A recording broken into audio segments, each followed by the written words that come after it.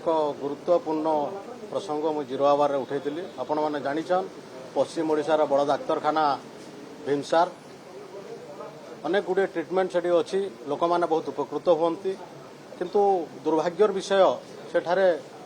60 ରୁ 65टी आईसीयू थिले मध्य वर्तमान 20 ରୁ 22टा कार्यक्षम अच्छी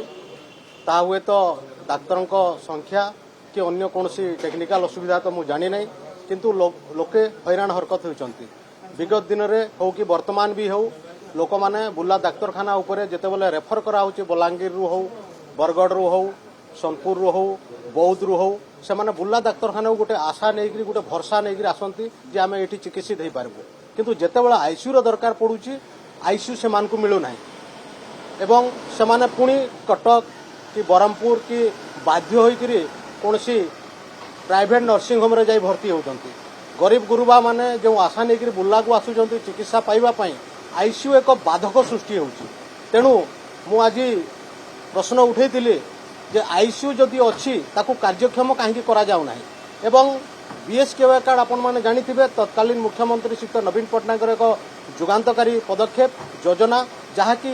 माने जीवन संजीवनी कहले अत्युक्ति हेब नाही ताहा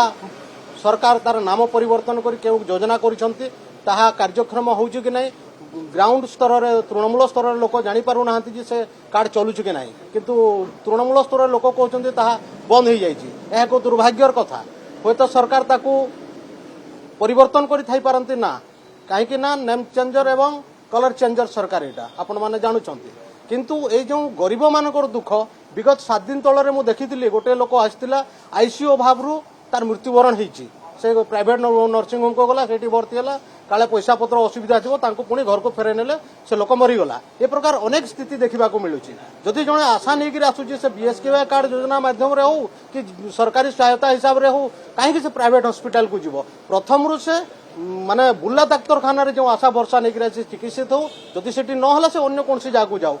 मोर एटा ही दाबी रही निश्चित भाव में आगामी दिन में मु स्वास्थ्य मंत्री को सेठी अनुरोध करिछि जे से गोटे टीम गठन करंतु एवं जानतु कहीं से आईसीयू गुड़ा बंद होईछि एवं कार्यक्षम होउनाही एवं से लोक माने प्राइवेट नर्सिंग होम को कहीं रोगी माने जिबे मोर विनीत आपण मान माध्यम रे मु आहुरी अनुरोध करिवि माने राज्य सरकार को एटा गोटे बड़ पदक्षेप निया जाऊ कहीं माने लोक जो आशा भरसा नहीं बुर्ला डाक्तरखाना को आसुचंती एवं हैरान हक देखि निज जीवन मध्य शेष समय हरेबा को पड़ुछि। धन्यवाद।